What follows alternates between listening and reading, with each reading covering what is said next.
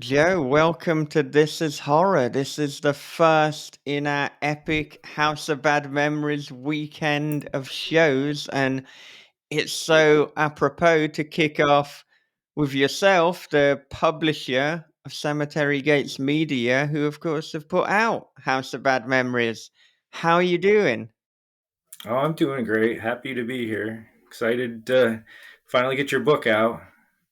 Yeah, me too. It's been a long time coming in many ways, this journey for me. So I'm delighted to be here to be doing this, but I want to talk about you, and I want to go all the way back to the beginning. As I do with a lot of This Is Horror podcasts, I am wondering, what were some early life lessons that you learnt growing up? And they don't necessarily have to pertain to writing or publishing, but anything that you learnt during those formative years. Uh, just general. I played in a lot of sports teams growing up, and just the general, do what's best for the team, do what's best for your family. Just like real basic values. I sort of still try to live by those and try to teach my kids that. You know, Yeah, were there any particular moments where that kind of became obvious, or I don't know, something happened on the sports field? I say the sports field as if as if it's every sport is the same field. What sports were you playing growing up? it's baseball, basketball, soccer, football, little football, just pretty much anything that anyone would play. Bowling, I liked to bowl too when I was a kid. Yeah. Yeah, and what about in terms of, I mean, the artistic side? Were you reading from an early age too, or were you more a sports kid and then kind of gravitated towards the arts a little later? Oh yeah, I always enjoyed reading. Reading, like the goosebumps and scary stories that tell in the dark. Scary stories. My mother read Edgar Allan Poe to us when we were kids, and it was she realized pretty quick that me and my older sister we enjoyed like scary stories, so she'd read us a lot of scary stories growing up. So I Yeah, continued to read that, as elementary age and up into adulthood, really. Just any type of spooky book I could find, I'd pick up. yeah. How old were you when you were having Poe read to you? That's quite the Yeah, introduction. probably 5, 6 years old, probably real early. Yeah, um, Pit and the Pendulum. It's one of my earliest memories of her reading a story. I just, yeah, Cask of Amontillado, that was in there. Just the classics of Poe. Oh, that's good to hear then, because my daughter will be turning 6 next year, so I know then that I can get her onto Poe pretty quickly. This is the age to to be doing it. Yeah, if my one of my boys is really into horror, and my youngest daughter, she seems like she might be into horror. She's starting out with the Scooby Doo. She's only 4, so maybe we'll move her on to Poe pretty quick or pretty soon. Yeah, yeah. So are you living in quite a horror household at the moment? Is everyone into horror? Is your wife into horror too? My wife's not too into horror. She wrote a Halloween kids book, so I guess that's as far into horror she'd go. But yeah, we like Halloween here in our household. Scary, going to the pumpkin farms and all that. Yeah, yeah. I mean, the fact that she wrote a Halloween book, that's a fair sign that she's into horror on some level, though. I mean, that's quite Yeah, the commitment. yep. There's some I think she I mean she likes the fall, so I think she just doesn't let me. I don't think she wants me to go off the deep end with Halloween, I guess, because that's my favorite holiday. Which, I mean, horror people, that's kind of our favorite time of the year, usually typically. Yeah, yeah. If you were to go off on the deep end, what would that look like? If she was like, "You Oh, can do anything," what are we talking here? we'd have a haunted house and have the kids come all the way through, and the neighborhood kids come all the way through. I'd turn the whole house into a haunted house. It'd be open. Yeah, I think that's what I'd do if she let me. I don't think she would though. Would you go as far as to turn it into some sort of McCamey manor, I don't which think I'd go. would, yeah, if you did that, it would arguably be the last haunt that you would ever do. Available now, by the way, by Max Booth, not based on McCamey Manor, just, he's called Gus McKinley, very different to Yeah, Russ it's different. McCamey. It's Yeah, not Russ. yeah, Yeah, gotcha. we've had a couple discussions about the possibility of him, at least sending us a cease and desist letter. So little bit nervous about that, but I think people really like that book. It comes out the October 24th. I mean, Yeah, yeah, yeah. Well, me and Max had a conversation about our releases that will be up imminently. So he clarified many times. He's like, just because this happens and that happened in McCamey Manor, it's different story, different book. But yeah, totally no, different. I didn't put the disclaimers, not based on any real life person or entity. A lot of people put that in their books, and that's probably something I should have put in his book. People have werewolf stories, and they'll put something like that in there. yeah, Vampire stories. yeah. I mean, it just seems with a lot of publishers, that's kind of just a template copy. So even if it's like this is some weird space opera, it's like, oh, not based on real events. It's like, Yeah, well, glad you clarified that, but I guess it's a good way to legally cover you, which you haven't done for that particular book, but never yeah, mind. You'll be okay. Let's not yeah, worry about it now. yeah. I do have a shed out back, so I guess I could, if I really wanted to be extreme, I could turn my shed into a little mini McKinley Manor. Yeah, yeah. And a Is that something that McKinley rather than a McCamey Manor, just to Yeah, clarify for not people. McKamey Manor. Yeah, yeah. does Gus, not does Russ. everybody in does everybody in the neighborhood did they all like do like around here people tend to decorate a lot during this time of year. So do you have like people, across the street there's like is it there any type of competition? Kind of like, this means war from Tales of Halloween, with the decorations and stuff like that. No, unfortunately, it's people do decorate, but it's not like it used to be. I actually live next door to the house I grew up in, and when I was a kid, there was Halloween. I think Halloween was celebrated more when I was a kid than it is now in the neighborhood. Yeah, Hmm. Yeah, I think it's a lot of people they kind of use it as an excuse to start decorating their house, getting it ready for Christmas. And so they yeah, go, "Oh, it's time. Let's do Halloween." And then they do a little bit for Thanksgiving, and then next thing you know, you can't even drive down the streets at night because it's like, "God damn, the lights are so bright," yeah, because it's Christmas time. But yeah, I put up my Halloween decorations first, like at the end of September, and no other neighbors had them out there. I live in an apartment complex, and now there's like 10 apartments that have it, So, but nobody's got me beat so far. So I'm yeah. waiting on somebody to put up like a 12-foot tall skeleton or something like that. But I got some pretty cool shit. So yeah. Yeah, I always like decorating the house for Halloween and the outside. It's nothing special, but it's just I try to add something new every year. Hmm. What's the new edition this year? Oh, it's just another spider. We have a spider and a spider web, so I added a brown spider to partner with the black spider. It's pretty big, it's flexible, climbing Yeah, over the front porch. Yep. It's yeah, cool. yeah. And I hope there are some Halloween watchers that notice every year it's like, oh, there's the new detail. Yeah. We got a new spider this time. Some good stuff right there.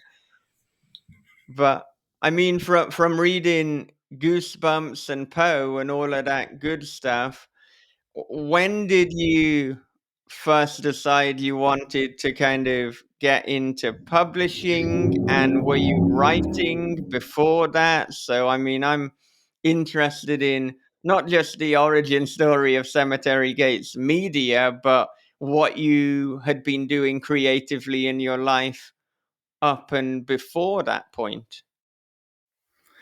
Yeah, I always was interested in trying to write the story, since I was a little kid, like trying to emulate, R.L. Stein, try to write in that Mm. style. And my problem when I was a kid, was just, you didn't really understand how to fill a story. You know, you didn't really understand, the parts of a story, how it would go together. It was just kind of a block of text, I guess. And then in high school, my teachers would say, you're a pretty good writer. You should, work on it more. But my grammar, probably until I was in my mid to late 20s, was terrible in terms of writing. And my friend John Burrell, who I eventually became writing partners with, he was a copy editor, and he, went through journalism school and all that. So he really helped me out to, like, I guess, become a writer in full instead of just a dabbler, I guess.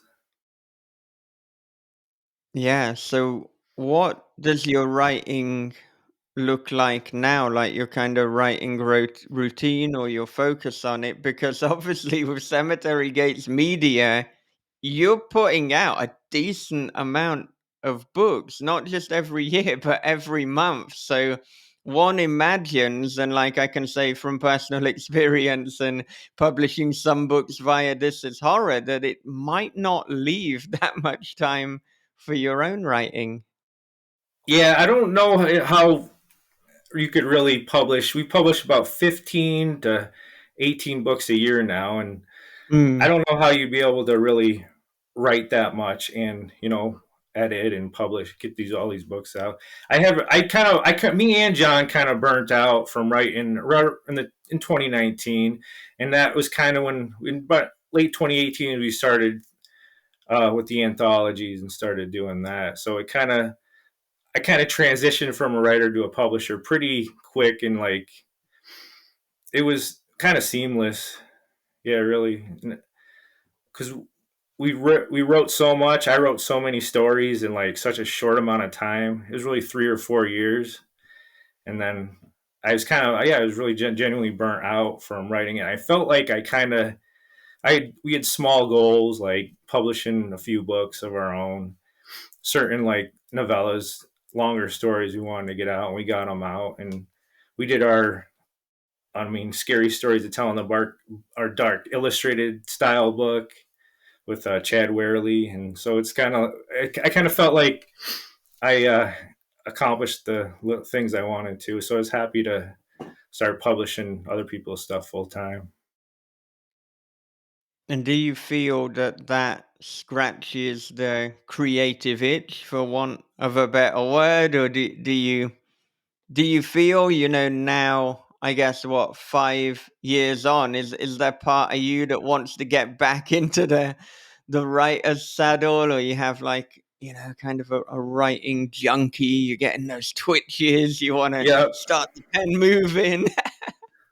definitely. There's ideas I get every once in a while, and I'll write them down, and sometimes I'll even go through the motion of a first draft, and then it's sort of, or if I see an idea from somebody as an anthology call or something and I really like it, I'll go through the motions of writing it out. I usually won't you know go through further drafts or develop it though, because usually I'm off.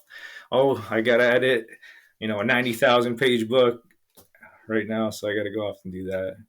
But that's I don't feel like I feel like at some point I will write more, because the short story is like my favorite form as Mm. a reader and as a writer. I mean, short stories aren't too time intensive really. once you get going. Yeah, yeah. And I mean, how did the conversation come about that you and John decided to form Cemetery Gates Media? And I mean, that there's a lot of independent publishers that we see kind of come and go, but I feel that Cemetery Gates Media from the start has been a publisher that's showing like, look, we're doing this the right way, we're paying our writers fairly, we're putting out a quality product. So I imagine that there were kind of conversations beforehand as to what you would need to do if you were to do this properly. So maybe some do's and don'ts and some rules that you put in place. But I'm, yeah, just interested as to how this all came about logistically. Well, when we started writing a book of stories together, and like we had the idea we were going to finish it. I mean, we've me and John have had like different projects throughout our life that we worked on together. We were in bands together, wrote music together, and it never seemed like the things that we were doing ever really worked out in terms of having like a finished product that you were proud of that you could show other people and possibly even sell to other people. And then so it kind of felt like that we go through the motions and do it for fun, write together, because we wrote together probably when we were in college, in college, have an idea to write a book, like a zombie book or something, when zombies were super popular in like the early 2000s. And like we'd have an outline, we'd spend like hours on it. We even start a rough draft, like just the very beginnings. Then we get sick of it and move on to something else. It's like, oh, let's go write a couple autumnal Americana type of songs or something, and it'd be like that'd be a whole different project we'd move on to. So then we were writing the stories, and it was like the summer of 2015. It just seemed like they worked out. He'd write a story, and I'd go through it, and we kind of like write hand in glove together. A lot of the stories, like every other, I'd be in his living room pacing around, we'd be talking about it, and he'd be writing it down. And I'm kind of losing my track of thought, but yeah. So we started.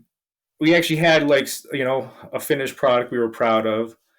First couple of books. It took a couple of years, and we started to have success selling books. And then at a certain point, we thought, well, I had we had a couple of different ideas for anthologies, so we reached out to some people he knew because he did interviews and columns for Cemetery Dance magazine, and they said yes, and eventually that became the first anthology.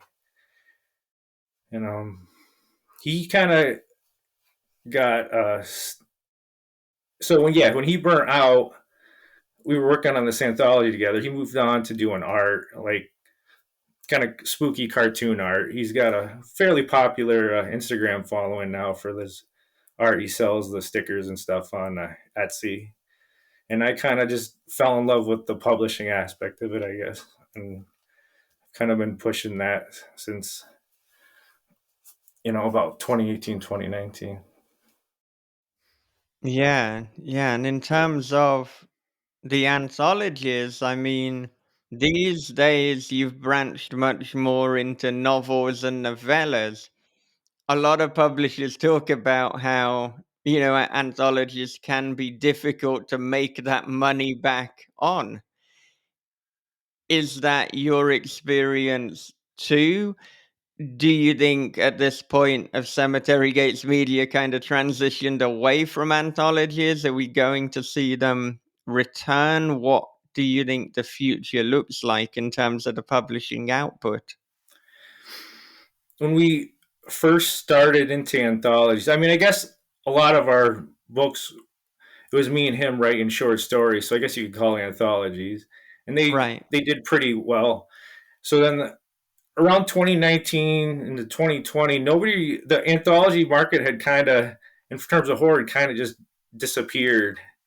So we were one of the few anthology people putting books out, and they did really well, and they were successful. And then at some point, everyone kind of got back into it. I think there's just cycles in horror.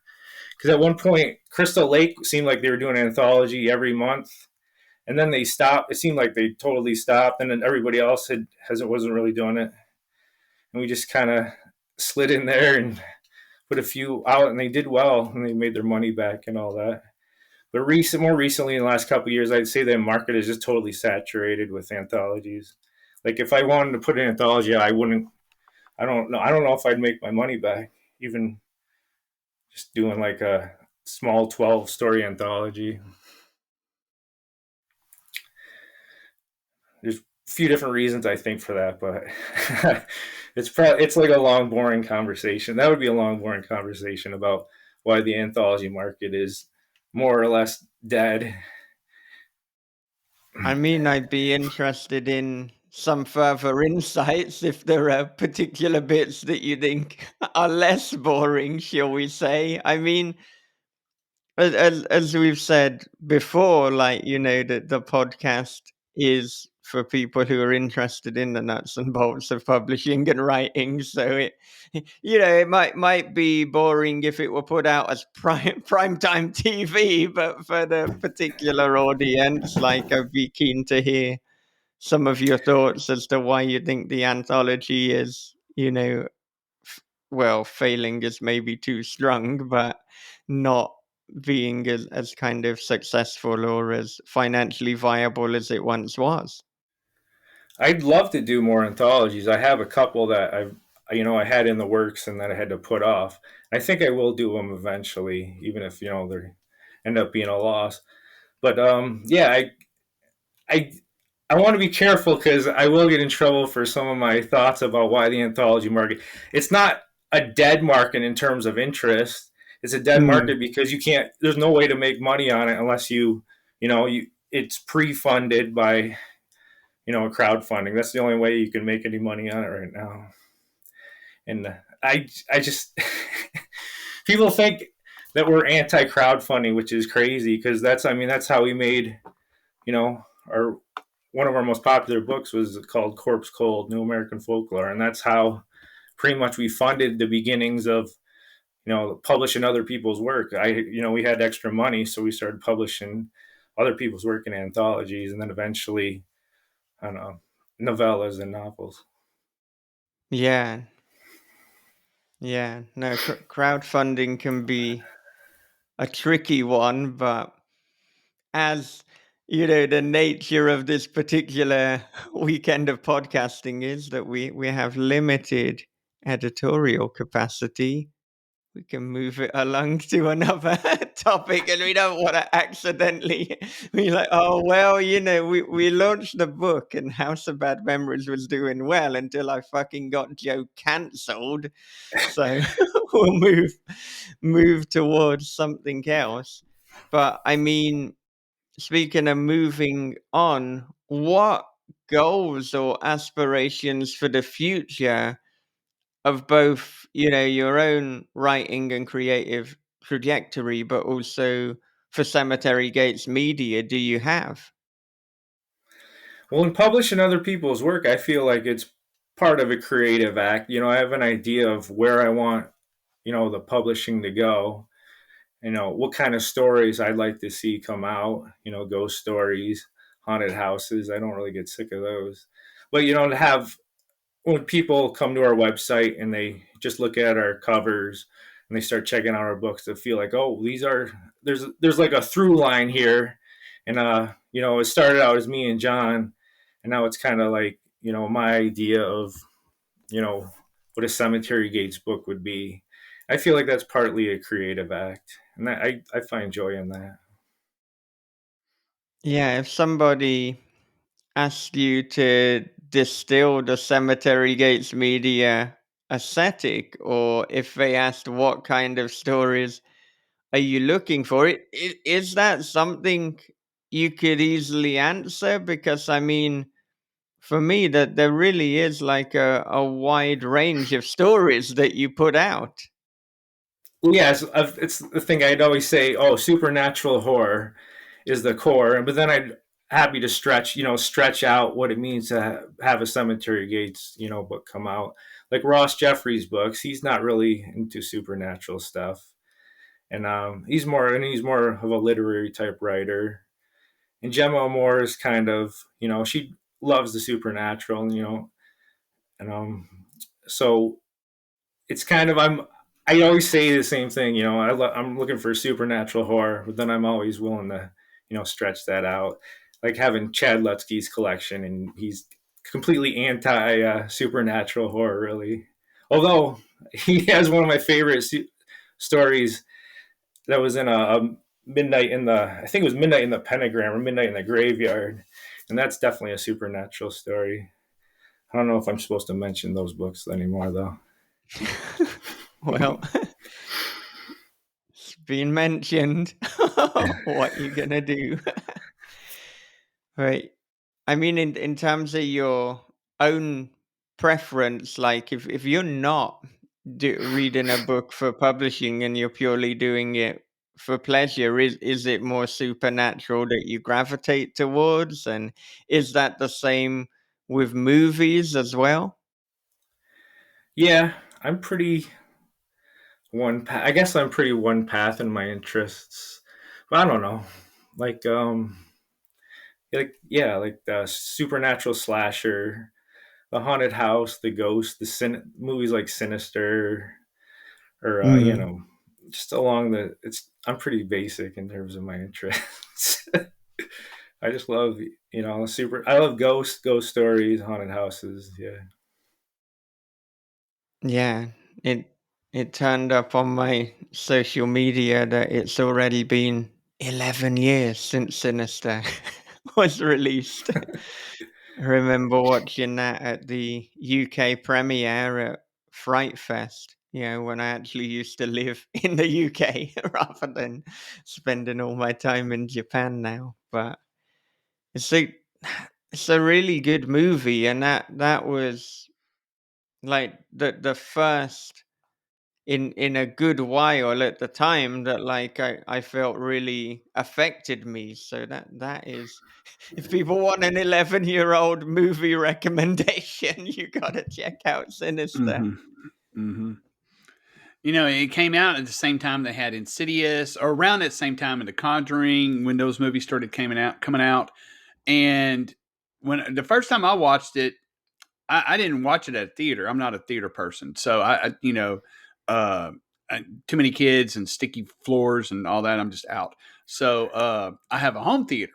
So a friend of mine had got it on Blu-ray, so I said, "Okay, we'll watch it." And I figured it was going to be like the other movies. That movie fucking rocked my world.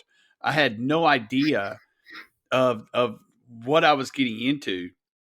I mean, and there's lingering imagery from that has infected my own work, and it's just very, very powerful for it's pretty much a commercial film. The first film was quite successful in its job, and it had a wide release. It gave me a lot of hope at the time for horror. I was like, okay, this is like cutting edge shit right here, uh, because there's a ghost story, there's a supernatural slasher, there's all of this, this sense of evil, and it gave me a lot of hope, and of course I think that kind of herald the beginning of our trajectory of what we have in a new horror renaissance and all that. I don't know if you feel the same way, but that's how I feel. Yeah, I do feel like movies like The Babadook and It Follows and Sinister. There was kind of a chasm, I guess.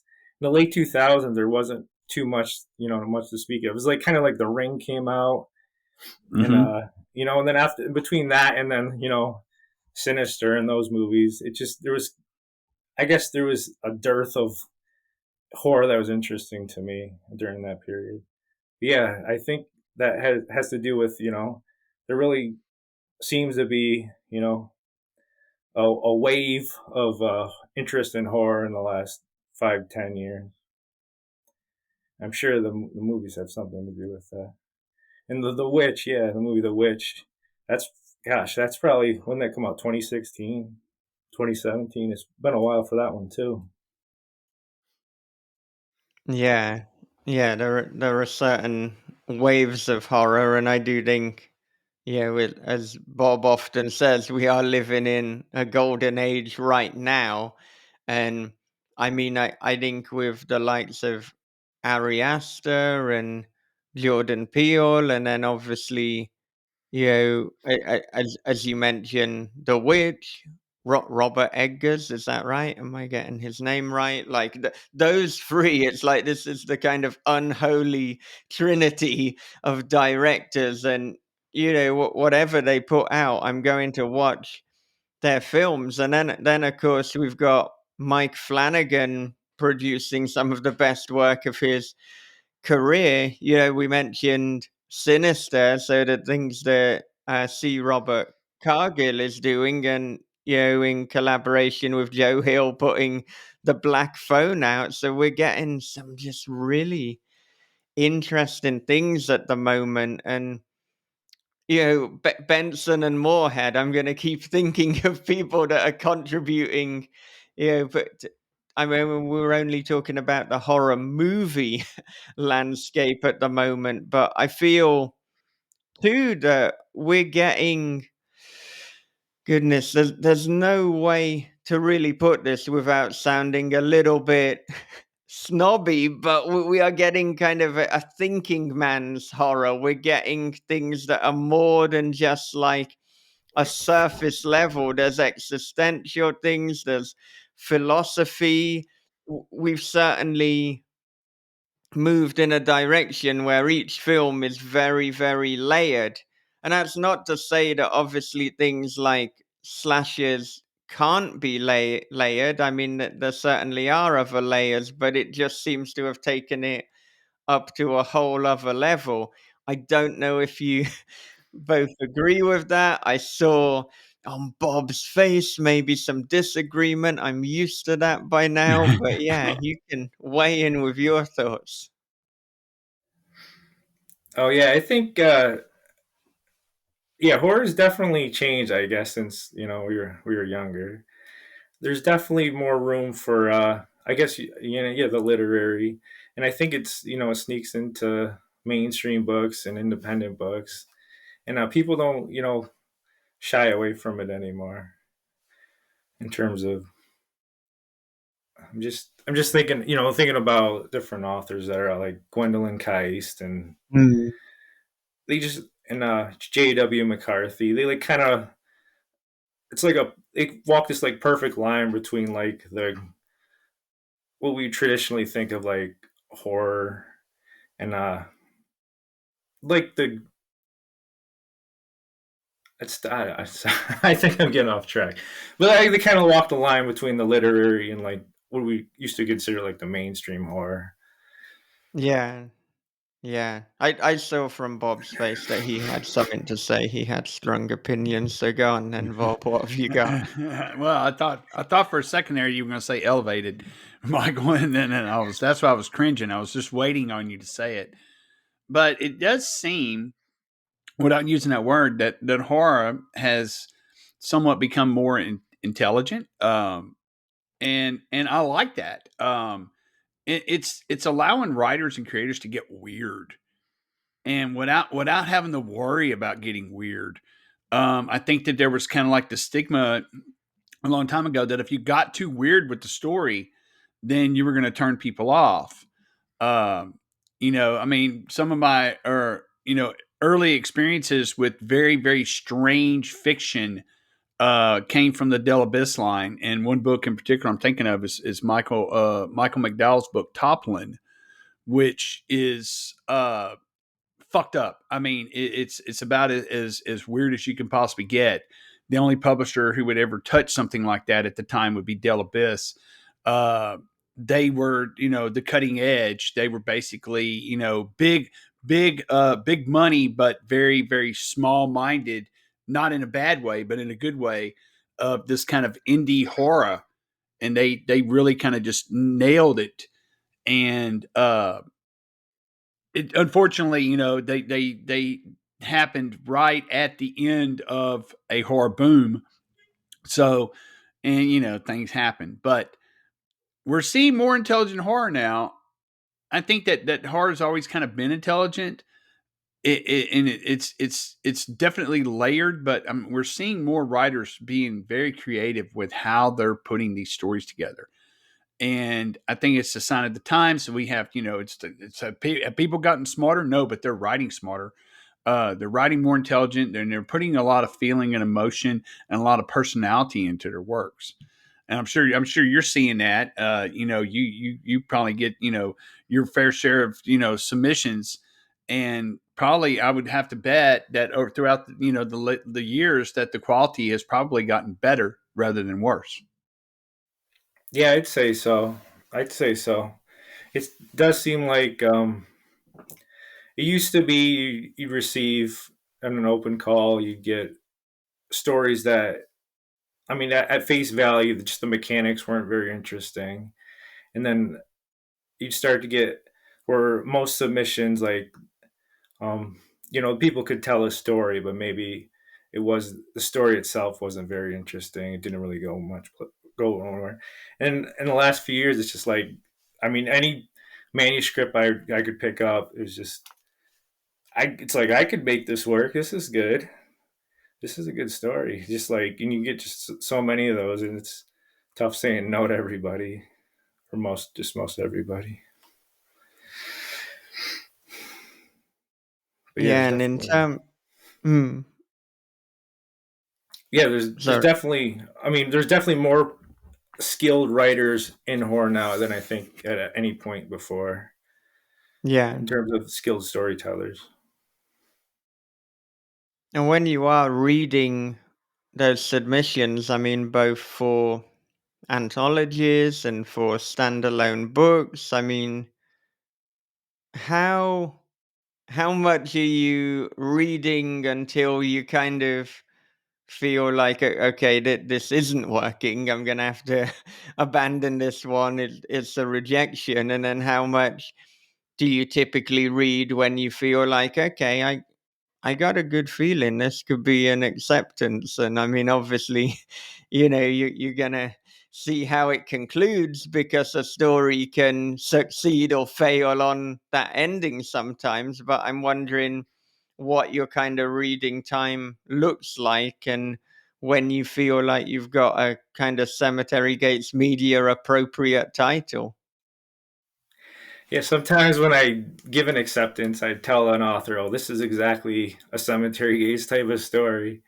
When we accept them, but I there's it's you could tell sometimes on the first page, but I I want the author to be able to tell me in the first page or two, like, give me the gist of what's going to happen in the story. Like the beginning determines the end. It's kind of like a criticism, like a Western story, but I prefer having some sort of information that makes me want to keep going to the end. And some books are, I mean, I'm sorry, some stories will be kind of not super interesting in the beginning, but you just keep reading because you get an idea of where it might go, and then the ending might be fantastic, and then it's sort of a judgment of whether is a reader, just any reader, going to be able to get to that point, get to the fantastic ending, or they're just going to stop at the beginning of the story. So it's just I typically give a few chances in a story, as long as it's not.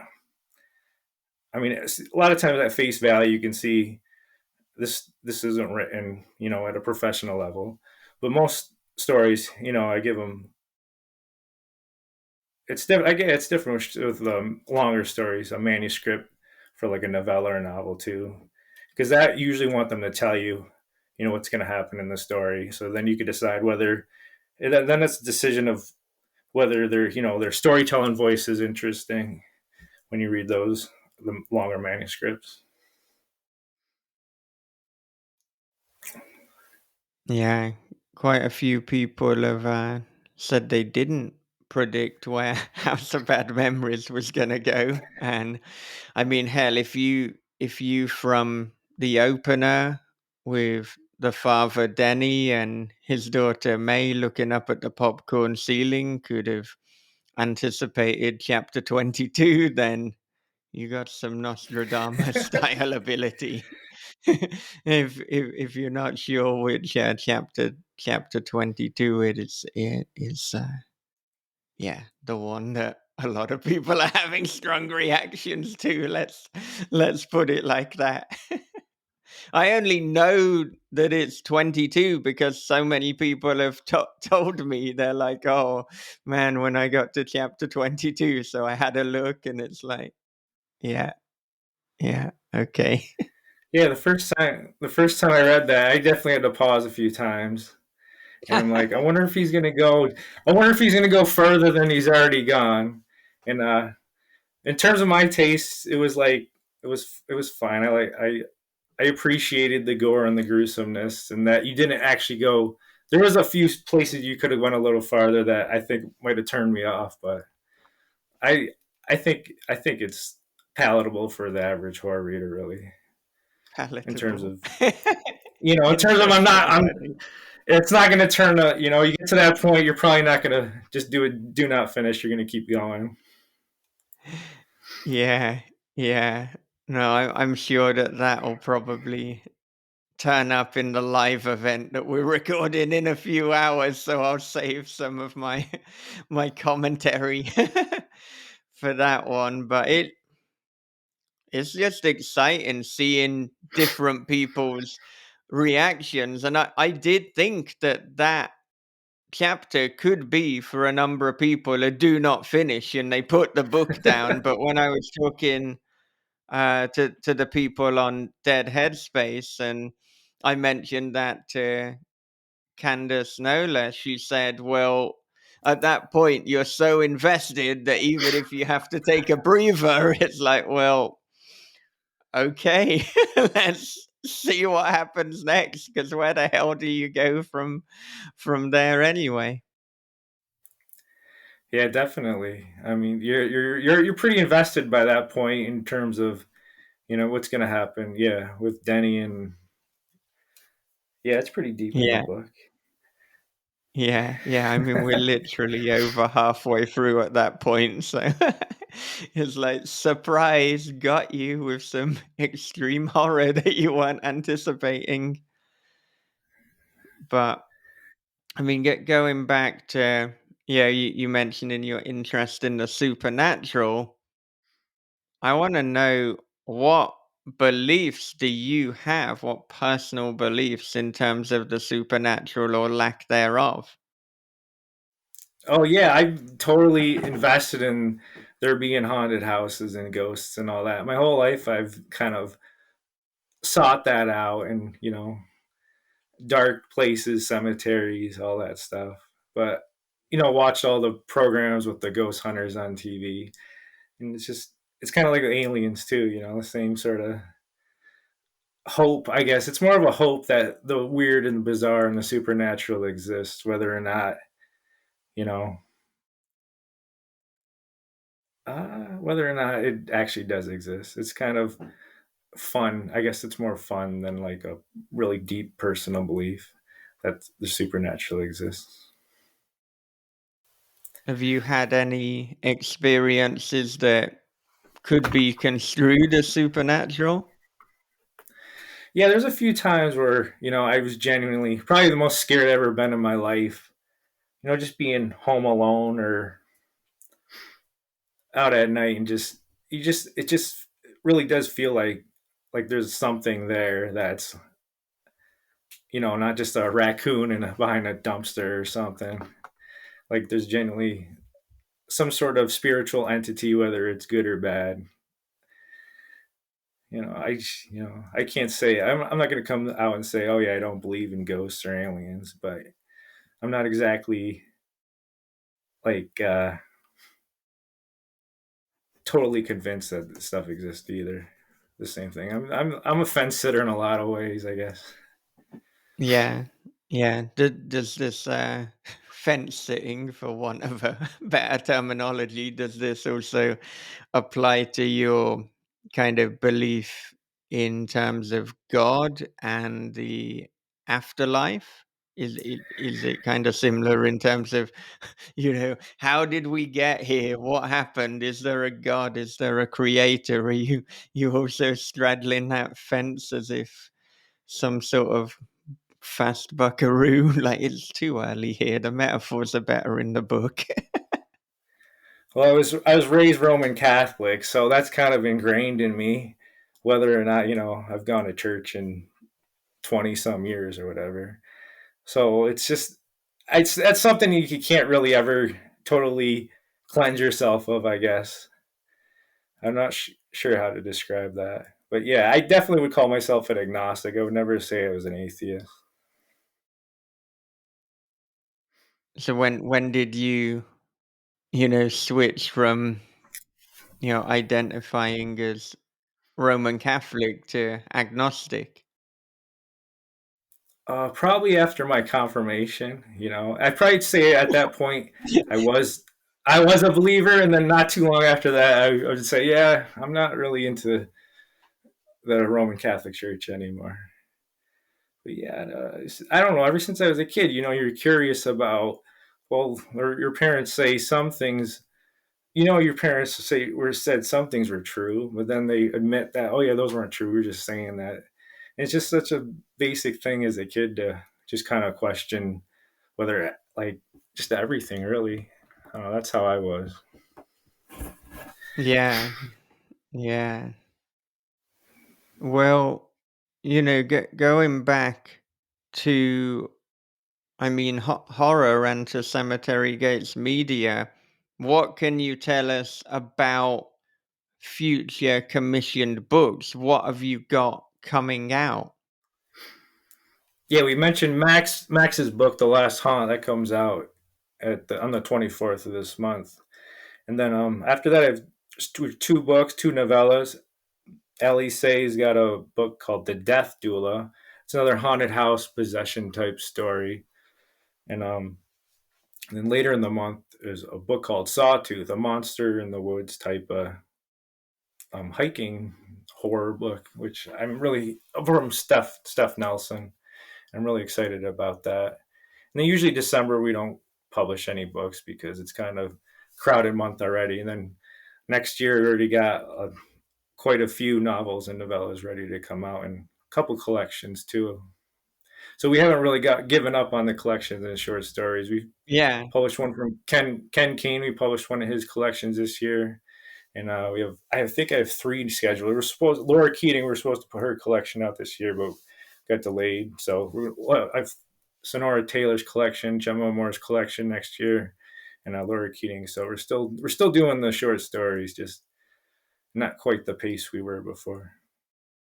Yeah, I feel that short story collections are perhaps an easier sell than anthologies, and particularly just the logistics as a publisher that you've only got one author that you're dealing with, so there are less moving parts. And yeah, I mean, I think a lot of us within horror, we're huge fans of the short story because it's such a great vehicle to tell a horror story. So I'm excited that, yeah, I'm glad that you're still pushing collections because, yeah, I want to see more of them. And collections have been amongst some of the best, fiction that I've read this year. I mean, we mentioned Max Booth. He put out Abnormal Statistics via Apocalypse Party Press. We've seen Eric LaRocca's collection, Josh Malaman's collection. I'm pretty sure that Paul Tremblay has put out a collection this year. I haven't read it yet, but that doesn't mean that it doesn't exist. It does exist. It's out there. I need to read it. So yeah, I'm glad that you're championing that. Yeah, I don't think I'd be publishing books if there wasn't a collection or some short stories in there. I mean, it's still my favorite, thing to read, and I do back the Kickstarters for the anthologies that come out, and I read through them, whether how Now there you regardless go. of It's not anti Kickstarter. regardless of its effect on the overall market. Yeah. You're just like flirting with cancellation. It's like, oh, I backed them. Oh, yeah, we won't cancel him, but there is an effect on the market. Fucking hell. There's Well, I cycles. mean, There'll be yeah, they'll come back eventually. yeah, yeah. Will you be open for submissions soon? Are you open for submissions at the moment? And what kind of thing, like, I know that there's a number of writers who would be keen to be published by Cemetery Gates Media, so I'd be remiss to not ask, like, what you're looking for. I mean, we have touched on that to a point.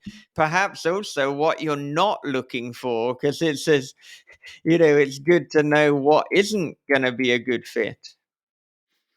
Well, we've been open for debut novels.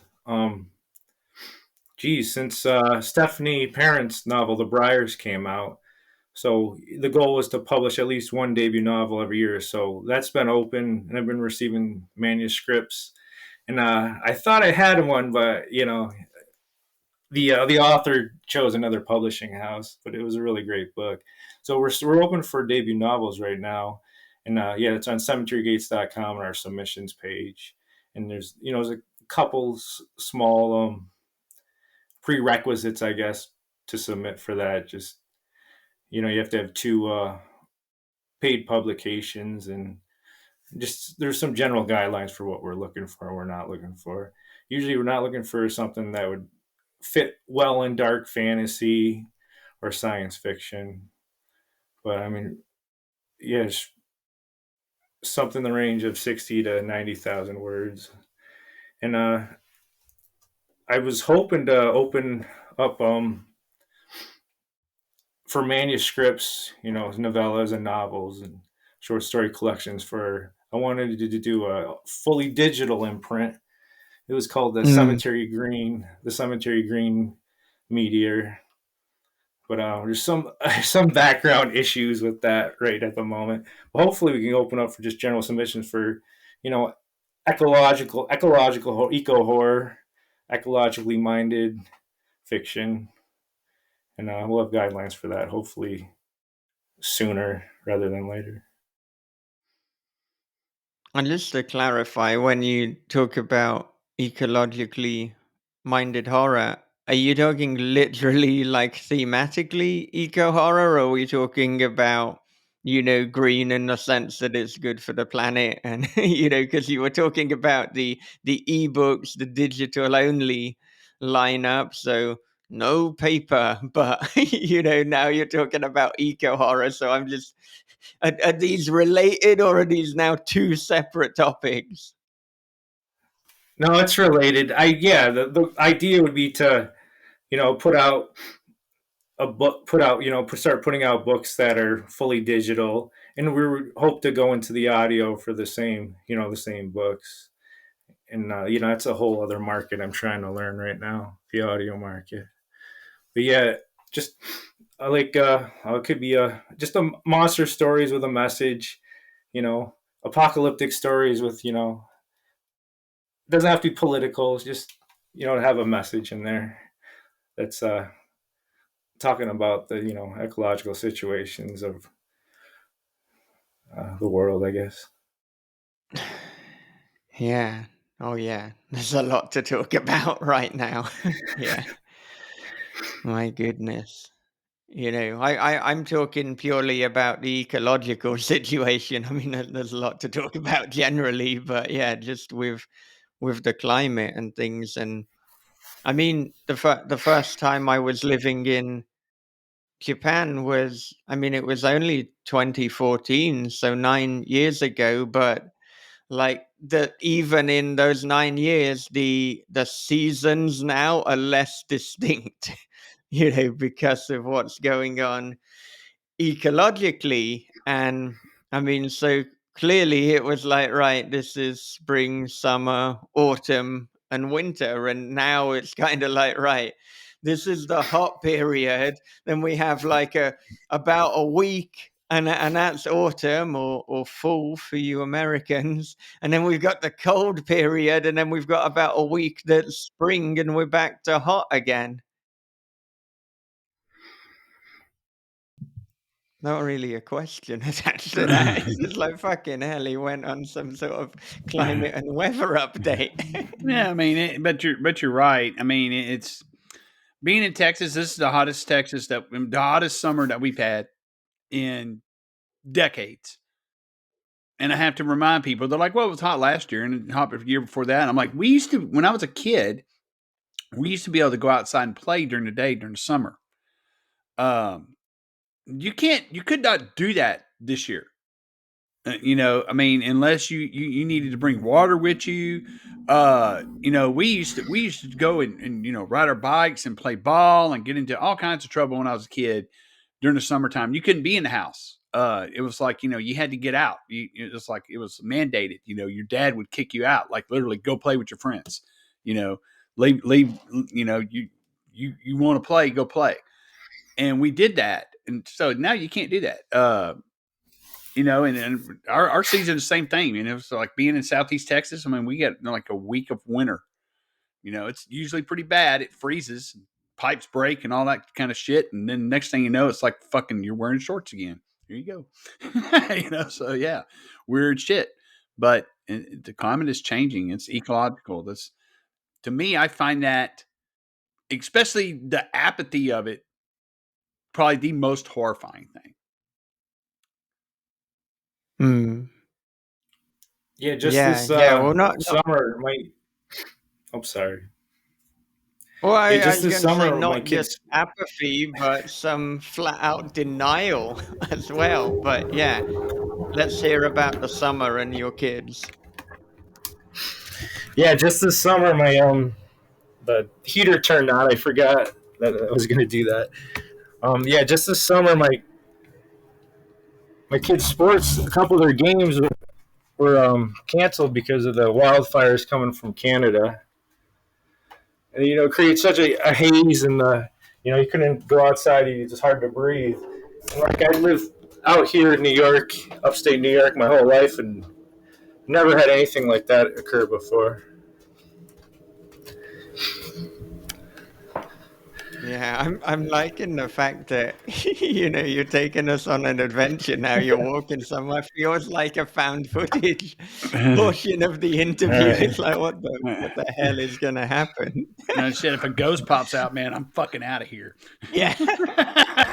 Like, whoa, something moved. Oh, there it is. Oh, it just did. Yeah, I have turned those. on. Little ghosties. Yeah. Now I'm in my youngest daughter's room. All right. Yeah. Does that mean we'll have like a kind of rogue electronic toy turn on as per, a lot of horror films, or like the music box starts playing, you check the batteries, there are no batteries. I think we're good for a little bit. Yeah. Yeah. So, I mean, what frightens you? And we're not just talking about movies and books now. We are talking about in general. What is it that frightens you? Yeah, just the 40-year-old man with 4 kids type of worries. What's going to happen when my kids aren't within my sight. I guess that's probably my main worry.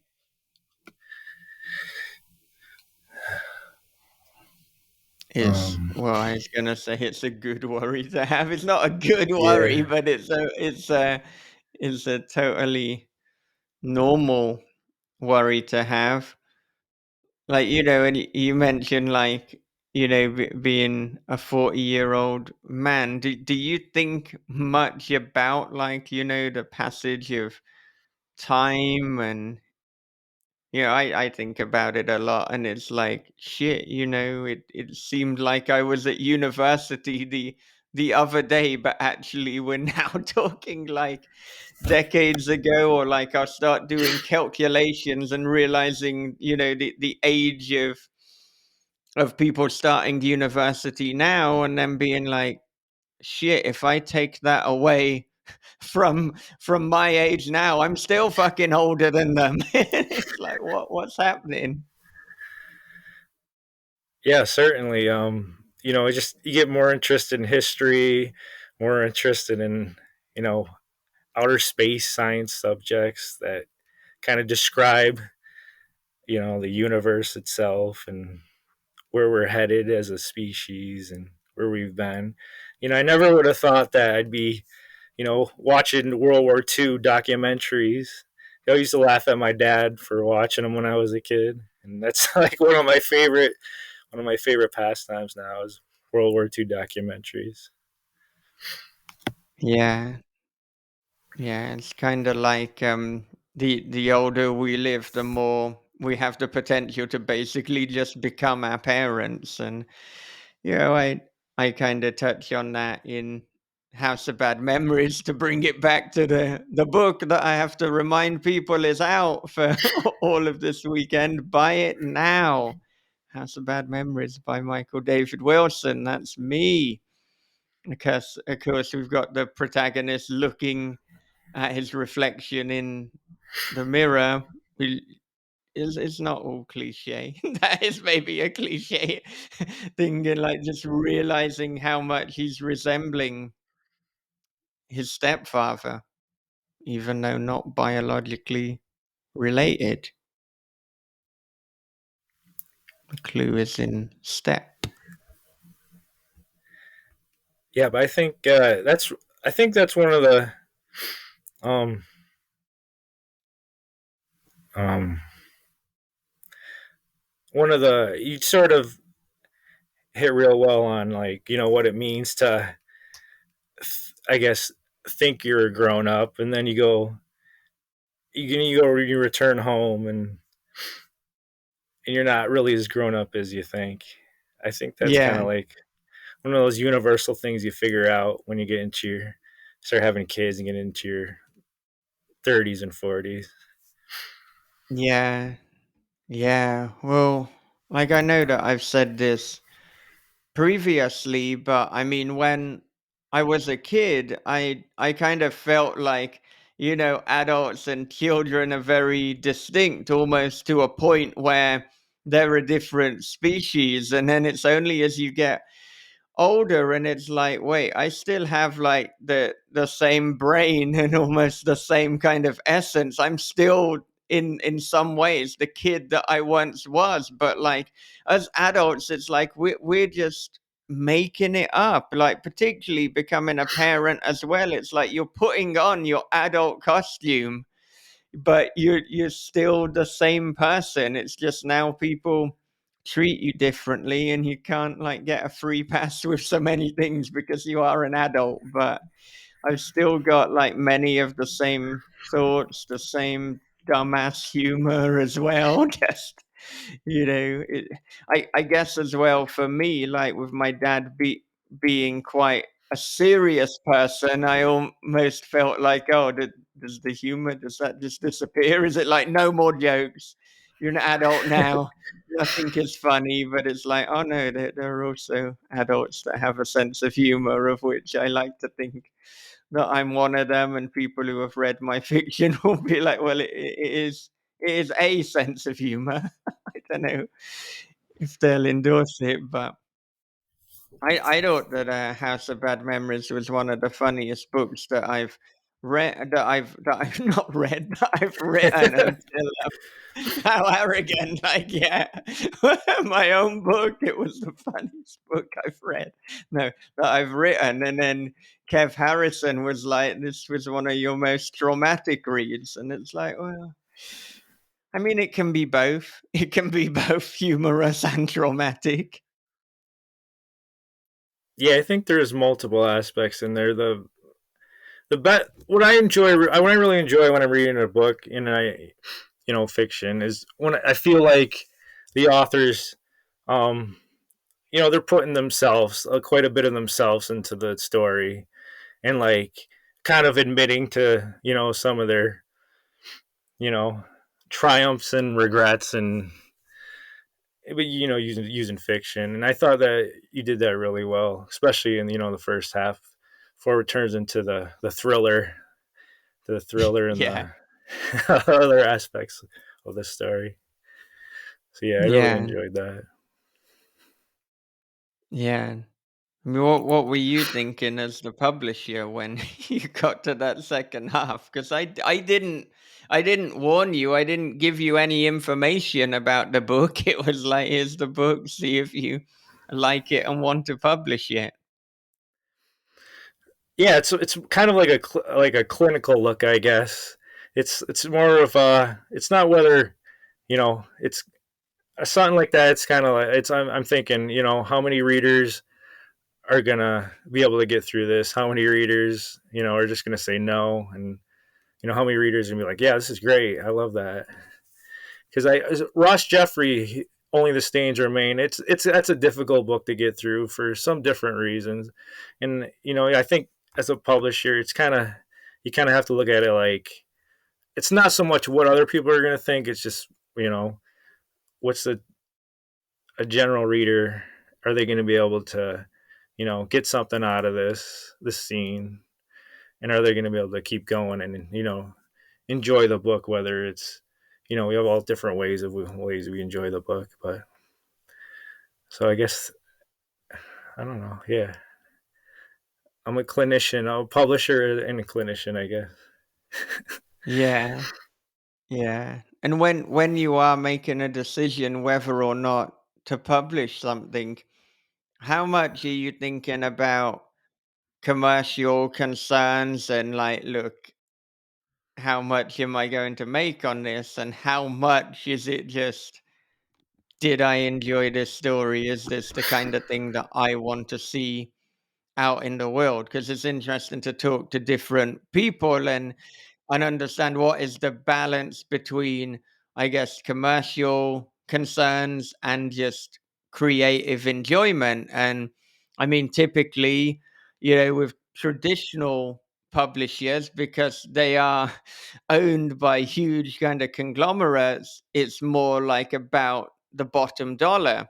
Obviously, there is a lot of good, fantastic, in fact, fiction that's coming out, but they do have to think about the money. Whereas with indies, obviously you want to make money back on it, but you kind of can be thinking less about like, is this going to be the next mega star of an author? So what's the balance like for you? Bob's Well, it's looking at me like, "Megastar?" He just tried he trotted that word out. It's not even 8 a.m. in Japan. We just jumped to megastar. yeah, it's definitely whether or not I enjoy the book is probably that's the main reason why I'm going to publish it. And then I do consider whether I think it'll have like who it's going to appeal to, and whether it can make back its what we typically offer for an advance and royalty share. Because I do try to break even at least, like put something out. Um, there has been books that I thought might sell, but the topic was probably either too extreme or just didn't interest me at all. That I, from authors with, I don't want to get too, I don't want to get too, on books that I like felt like, oh, this probably would sell, but I didn't feel like it was like a Cemetery Gates book, whatever that meant at the Mm. time. Yeah, yeah. I guess like you have to be true to your vision, and you don't want to, put this one book out that's going to make you a decent amount of money, but then it just completely changes the dynamic of the press into something that you didn't really want it to be. So, yeah, that's a concern too. Yeah, I do think if each book kind of changes the character of of the press, like adds a little bit to it, gives it a different little bit of character. So it's like, I was happy to put out, like, we'd never really done dark comedy, like a dark comedy, which I feel like House of Bad Memories, it's like at its heart, like the most basic, I'd Yeah. say it's just the dark comedy, British dark comedy. And we'd never done really anything like that. So I thought it would add a nice flavor to like what it meant to have a Cemetery Gates book out, or what it meant to be Cemetery Gates. Yeah, yeah. I've taken a dark comedy after House of Bad Memories. I've been working on a book called Daddy's Boy, and I've taken the dark comedy to another level. Bob has read an early draft of that, so I'm going to be interested in seeing how people react to that one as well, because it's got like a lot of the things I think that appealed to people about House of Bad Memories, but then it's taken the comedic part even further. So it'll be interesting to see, yeah, how that is received. And I do think that like selling comedy or like doing kind of good humorous pieces within the horror genre, it can be a tricky thing.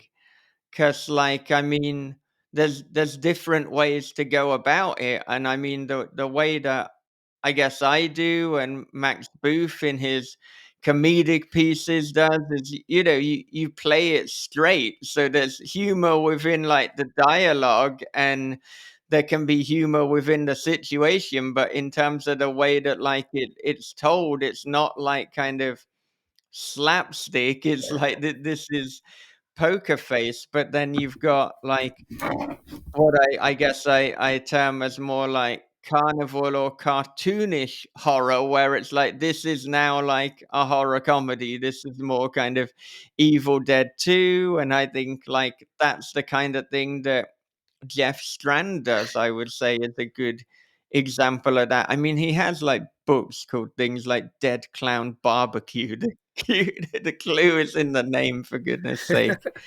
But yeah, like I'm kind of like always looking for like I guess like dark comedies that do it in a more subtle way. But the problem is that like those books are typically they're not marketed as humorous. Like, we're not marketing House of Bad Memories as like a humorous book. So then you No. almost just have to stumble upon them and find them organically.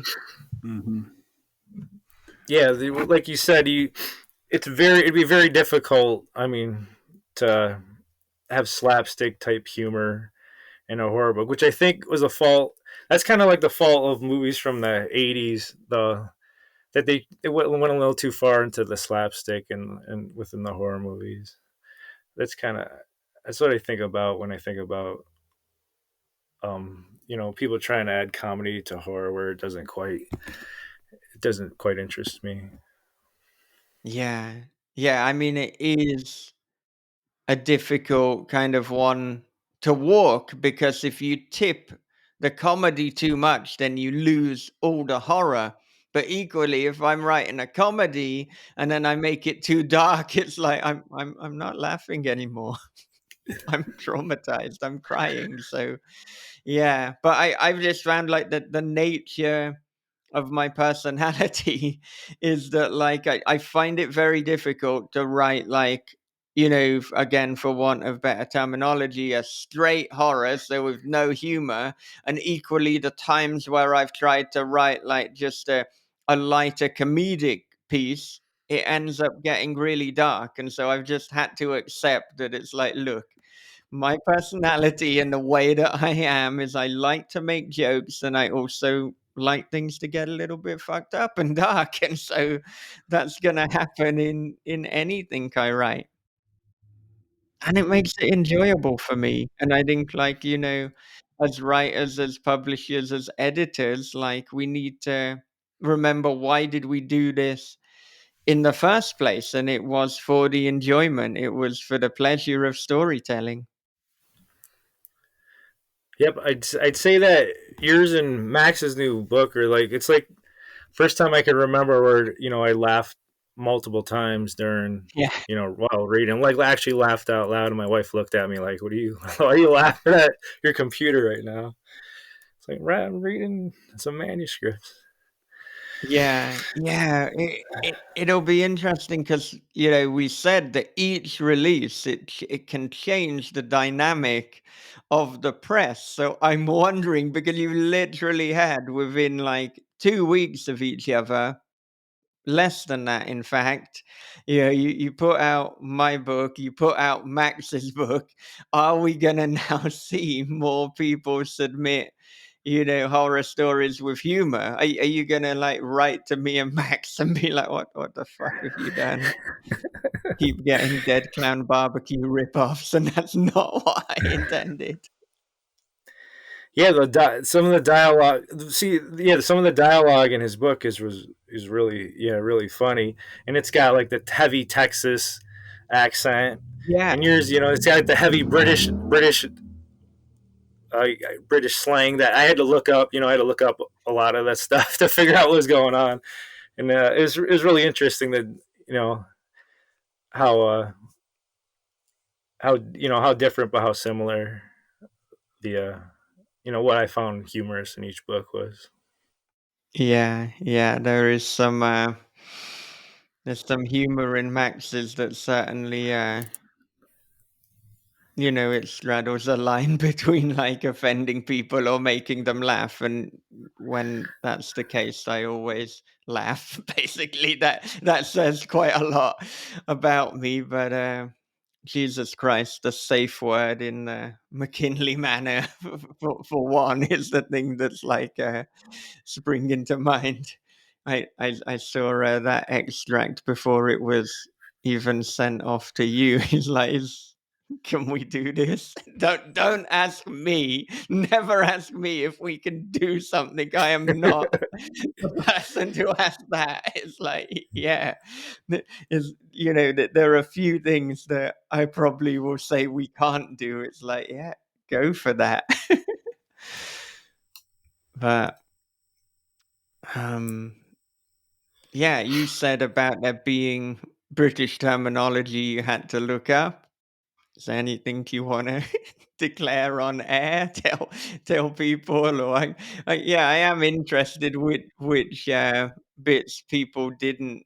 Yeah, they didn't know, and they had to look that up. I may have increased people's vocabulary, but not necessarily in a good way. It probably didn't enhance their life.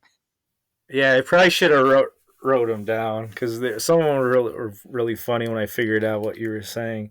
There was definitely a couple times where I thought, oh, maybe there might be an error here, a grammar error or something, and I looked it up, and it's like, nope, that's just a British word that I never heard before. Yeah, yeah. I try to get creative with my insults as well. So like, sometimes like the a character will be insulting someone and it's just kind of like an amalgamation of two separate insults. So there could even be things that you looked up and it's like, well, no, that's just MBW language. Shakespeare added some things to the English language. I'll see if I can give it a go too, but it's normally an insult that pairs dick with something else. So it's probably not going to have the Shakespearean impact, unfortunately.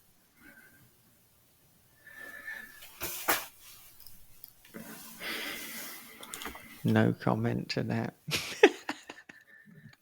Yeah, I was I was trying. going I to was trying say, to. Sorry. uh, Oh, you're good, Bob. Bob, well, I was going to say that reading, House of Dark Memories, there's House of Dark Memories? House of Bad Memories. We're talking about dark humor. uh, the dark as the story progresses, to me, it's like the dark humor actually sets you up for what happens later. and so if you're not into dark humor, then what happens in the second half of the book is probably going to be shocking to you. I don't think anybody would probably put it down, but if you're into dark humor and you got dark humor and horror kind of ride that they ride that line. They're two sides of one coin. Um, the same things that make you laugh and dark humor are the same things that are going to make you cringe in horror. They're just dialed a little differently. So to me, it's like that the dark humor as we get into it, especially with the conversations later on, with Jade, how you start to laugh, and the next thing you know, you're into crazy. I don't think to me it's not like a from dusk till dawn moment.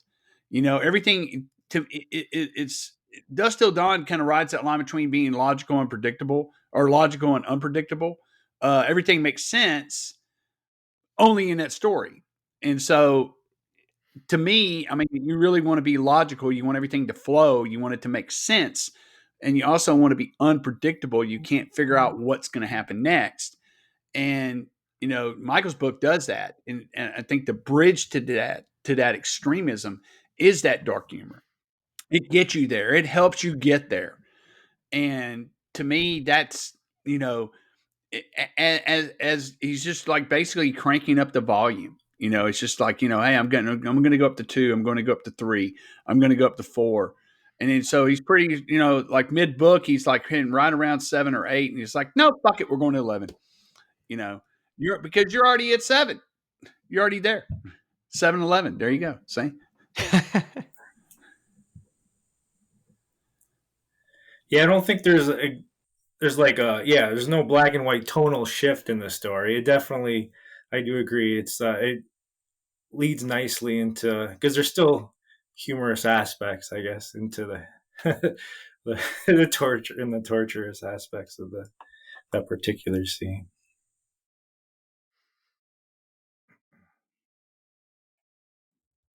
Well, we've got a question from our Patreon, and this is from Brandon Simmons. And he says, for people who are unfamiliar with Cemetery Gates media, what would you recommend reading first among your short story collections? The oh yeah, okay. Um,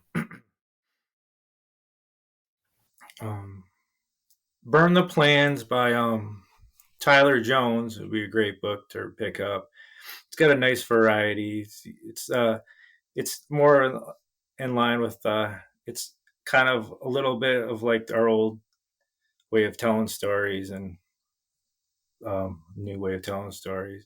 And J.W. McCarthy, Sometimes We're Cruel, his short story collection. It was nominated for a Shirley Jackson Award, and I think people really like that book. And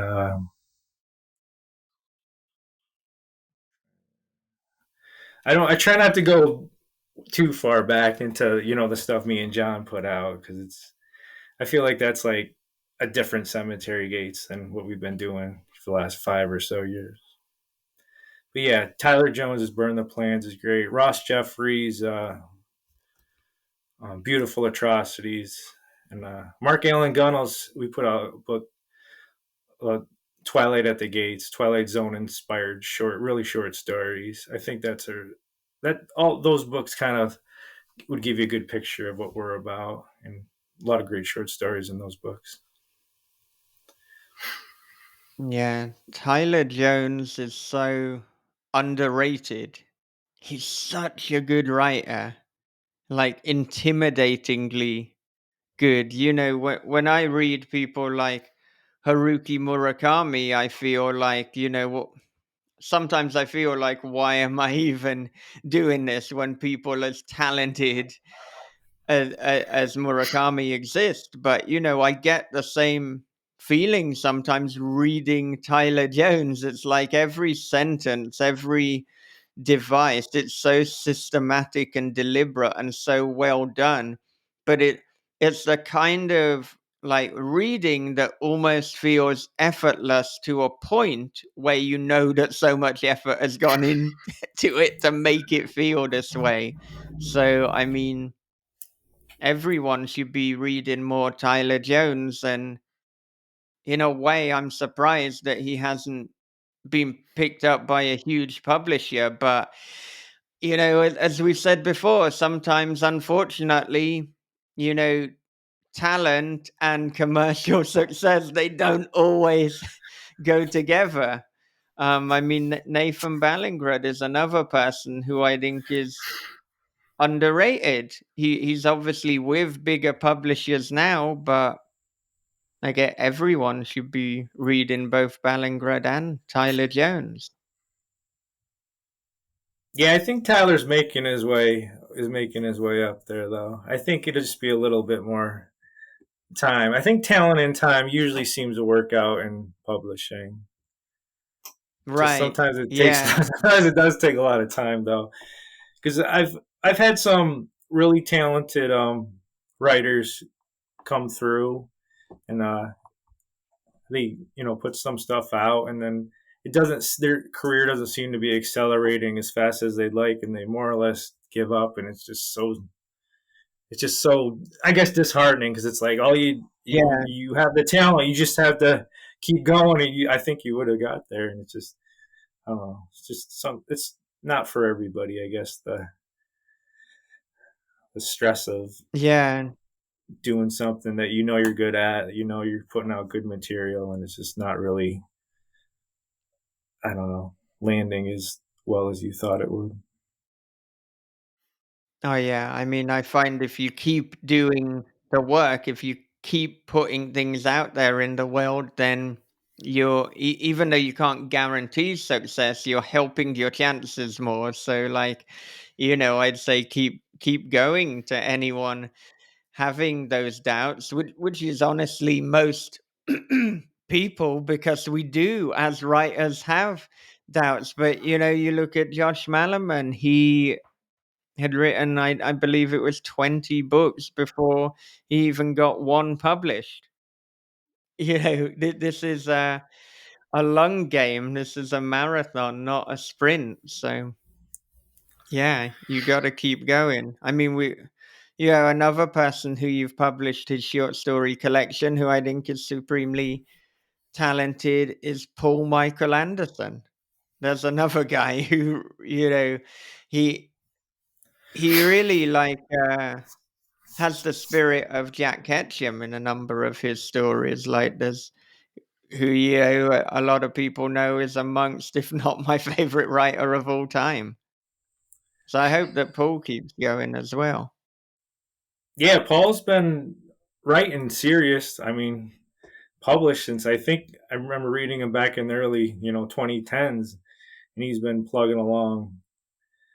Going, doing, putting in the work. So hopefully, I've had, we were supposed to we're going to put out another one of his books, and I've had some issues behind the scenes with some artists that is just I've never had before, and the 8 years now that we've been doing this, and kind of it's kind of pushed a lot of our books around that were supposed to be released at certain times. So we're trying to get that worked out right now. By artists, do you mean like literal artists, or are you using that in a broad sense to, Oh, sorry. Yeah, for right? I mean, we always have delays, and there's no problem with that. But there's some problem with cover artists, like ones we've Ah, worked with before, ones we've never worked with before. And it's really this year. It's just been that's kind of been a reason for a lot of my our delays and moving things around. It's really it's really strange. I don't know how to describe it. yeah, yeah. Well, I mean, hopefully those get ironed out, and I mean, the good thing is that there are so many artists within the horror scene that if you have to sever a relationship with one or several, there are many others who you know, would be up for working with you, one assumes. So Yeah, yeah, it yeah, was certainly. amazing experience with House of Bad Memories and Vinnie Cheong. That was the first time that I'd like worked with him on a cover. Like I'd had interactions with him before and done like a few things with This Is Horror, but yeah, that was the first cover that he'd done for me in any capacity, and he absolutely knocked it out of the park. I'm so happy with the House of Bad Memories cover. And I liked working with you as well. And like, I asked you, can I, can I effectively like choose the cover artist or contact the cover artist? And you were very receptive to that. Whereas, some publishers, it'd be like, no, this is the cover artist, or even this is the cover, this is what you're getting. But yeah, I found, I mean, in general, everything with you has been so collaborative, and you've been so receptive. And I know, I can be a perfectionist. I'm sure for some people, like not always the easiest to work with, and even the audiobook narrator, he knows that as well. Because I'm like, can you just change the way that you pronounce this word? It's like, "Shit, I'll be talking to him tomorrow anyway, so we'll see what he has to say." But yeah, I guess maybe there was a. Oh yeah, we were talking about artists. I was like, where is this going? But yeah, working with Vinnie Cheong was great, and I certainly hope to be working with him again. Yeah, so he was really easy to work with on my end, and did what he said he was going to when he said. Very good communication. I mean, that's really the thing. If there's going to be delays, you'd hope an artist or an author who's going to communicate that to you, and that's kind of the issues had for a lot this year. But yeah, you were great to work with. I'm happy when an author wants to be, very involved in the nuts and bolts of putting their book out, and the marketing and promotion and all that. And yeah, I'm happy when an author. Yeah, you can never pretty much ask me too many questions or have too much input, I guess, on your book. If you're an author, it just keeps me on track too. Well, if we do another book together, that sounds like a challenge. Like you can never ask too many questions. Can't you? Next podcast is like, right, we found the limit. This is the number of questions that would be considered too many. Please fucking stop emailing me, Michael. See, I think I get up for work about the time you get up and you're ready to go. So I'd be, I'm getting ready for work, and I get emails from you, so I'd be able to answer usually right away. And I always thought that was pretty neat that you're kind of like it was a little bit synchronous on Yeah. on that level. Because I get up for my job about 1:30, 2 a.m. my time. Yeah. Yeah. Like because like I thought you were based in New York, but then there was like a moment where it's like, where the fuck does he actually live? Because I'm sending these like emails to you at 2 or 3 a.m. and you're replying, but you're also replying at more regular times in America, and it's like, do you live somewhere else? Do you just not sleep? What? Maybe you don't sleep a lot. Maybe that is part of it. Yeah, I live in New York, but I get up. Yeah, I get up real early. And my job, I'm usually done with my job by early in the morning, about 9 a.m. my time, 10 a.m. and I'm back home. So Yeah, then I do my book stuff from that. But I've plenty of time real early in the morning to answer people's emails, and that's usually when I'm thinking the clearest, I think. So I like to answer people's questions and return emails at that time. But yeah, it was kind yeah. of I'd kind of wake up, I'd be starting to get ready, then I get an email from you, and it was kind of typically about the same time, right around 2 a.m. or so, 1:30 a.m. my Yeah. time. Yeah. Yeah. So like, I mean, I joked about, don't you sleep, but in all seriousness, when do you sleep? Because you're getting up at 2 a.m. What time are you Yeah, going to bed? I go to bed pretty early. About a lot, sometimes 7:30, 8 o'clock. I'll be, in bed, ready to go to sleep. Yeah, Yeah, yeah. You're still kind of probably building up like sleep deprivation every year, maybe going slightly fucking crazier. yeah. I'm not exactly sleeping 8 or 9 hours pretty much ever. Yeah, But I don't know. I don't think I need. yeah. I don't think I need that much time. I I certainly hope not. Time will tell. But I mean, you mentioned earlier that you were looking at branching in to the audio market, and I mean, audio is something that I'm very interested in. I mean, so I make a point of, if the publisher isn't taking the audio rights, that I will put the audiobook out. I think it's a growing market. It's also just something that's a personal interest to me. I mean, I listen to a hell of a lot of audiobooks. It certainly helps, like in terms of the amount of people that we talk to on This Is Horror as well. So I'm wondering what's going on with branching into audio. Like, where are you at, and when can we see some Cemetery Gates Media audiobooks?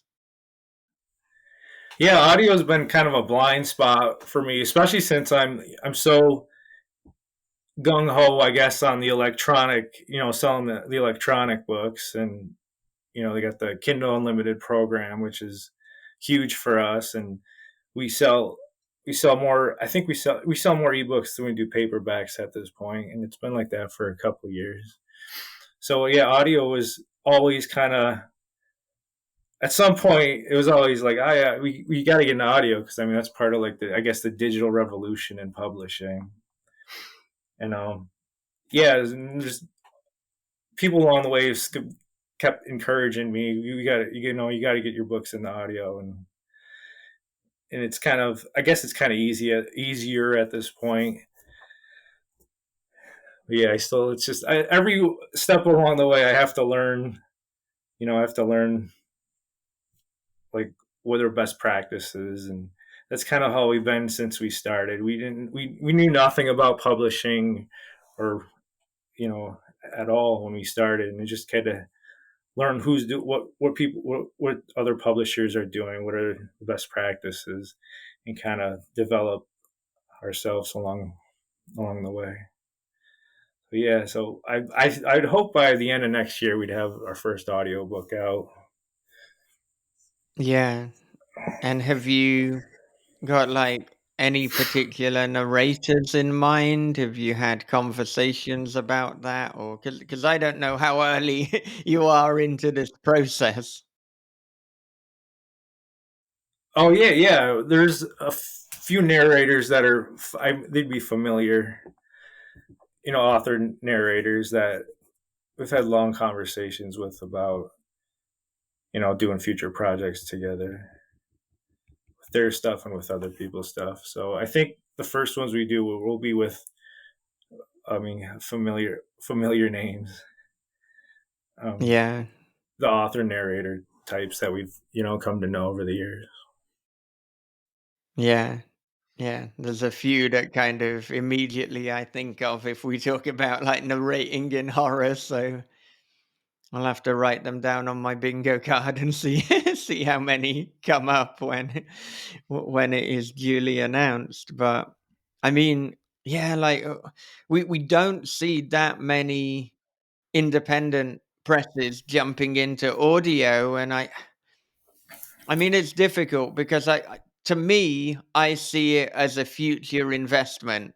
Like, I see it as like a growing and emerging market. I don't think it's reached its full potential yet. And so, I mean, you put an audiobook out, particularly if you're going with a kind of per finished hour rate rather than a royalty share. And it could take years to make your money back on it. So if you're like a publisher putting out 15 books per year, that's probably financially not viable. But then if you go for the royalty share, I guess it's kind of harder too, because like if that particular narrator is getting offers of per finished hour, well, are they going to really take a chance on a royalty share? And it is like taking a chance, because until you put it out, you don't know how many units it's going to sell. But I mean, I do think it's a good investment, and it only takes one book by an author for like their profile to absolutely explode, and then the sales of everything else will go up. I mean, like I mentioned him before, but with Josh Malaman, when Bird Box got the deal and it was on Netflix, like the sales of A House at the Bottom of a Lake, which at the time was via This Is Horror, they just absolutely exploded too. So my hope is that one day, hopefully, one of my books will go viral. Maybe it'll be House of Bad Memories because of chapter 22. It's like, and then everyone buys up everything else. But yeah, I'm not sure there's really a question attached to that, but rather a commentary on the state of audio right now. And I'll say too, with the House of Bad Memories one, up until this point, I've just gone exclusive with Audible, and if you do that via ACX, they also package in, I believe, Apple Books and possibly Google Books as well. So you're on the three big ones. But for House of Bad Memories, I've gone wide. So it's going to be available on like 50 or so audiobook distributors. So hopefully sales will reflect accordingly. But it's always an experiment. Do you have a release date set for that, or approximate? Like approximately it will be out at the start of November. So, Okay. yeah, I will let people know as soon as it's out, but probably very early November on nearly every platform, and then about mid-November for Audible, because they just have a longer approval time. That's just the way that it goes, unfortunately. But the audiobook story, that has been a battle, because I had offers from numerous publishers, and then when we got to the contract stage, I showed it to my lawyer, and he's like, this isn't good enough, this needs to be changed. And we had a back and forth, and unfortunately we couldn't reach a conclusion. And then in the end, I thought, I'm just gonna put this out myself. So there was a kind of delay because of that, but I'm putting it out myself. I've got a guy called Aubrey Parsons who's also narrated a lot of books for David Moody. He has done such a fantastic job with it, and I mean, he has really nailed the accents. It is so authentic, but it's so authentic that I do wonder, because the place that it's set is near Birmingham. It's kind of Peaky Blinders territory. So are some people gonna, the American audience be like, "Wow, this is so good. It's almost harder to pick up on some of the things." I hope not, but I'll find out in due course. We'll see how people react to it.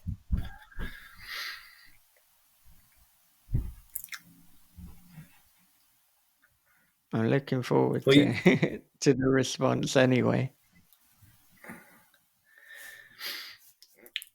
yeah, you mentioned back catalog. I think that's one of like a useful strategy authors can use. It's not necessarily like what's having a have your heart set on this is going to be the biggest book of my career each time you put a book out, but have enough books that ready to go that if you have a moderate success, then it's going to feed into your back catalog as long as your back catalog is in print.